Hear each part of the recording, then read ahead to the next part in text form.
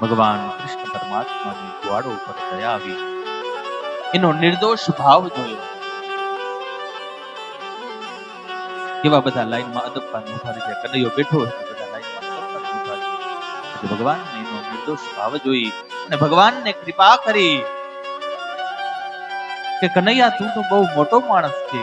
તો કે હા. તો કે તારું મેન સ્થાન ક્યાં? આપણે કીધું તમારું મૂળ ગામ કયું?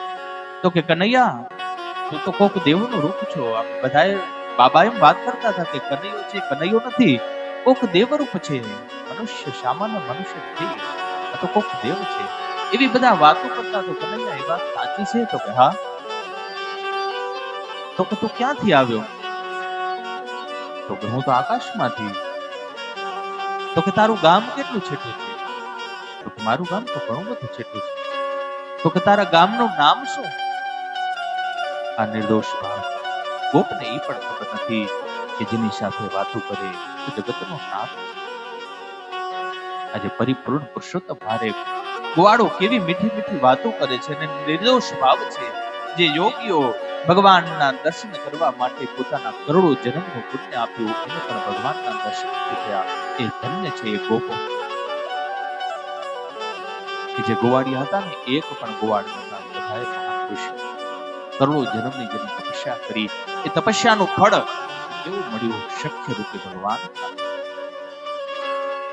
એ નિર્દોષ ગોવાળિયાઓ કહે કાના તારું ઘર ક્યાં છે? તારા ગામનું નામ શું છે? તો કે મારા ગામનું નામ વૈકુંઠ છે.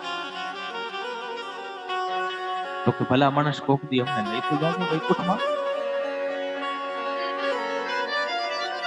અરે એમાં ક્યાં મોટી વાત છે, હાલો અત્યારે જ જઈએ વૈકુંઠમાં. બે ત્રણ ગોવાળીએ ઈશારો કર્યો, જાવું છે?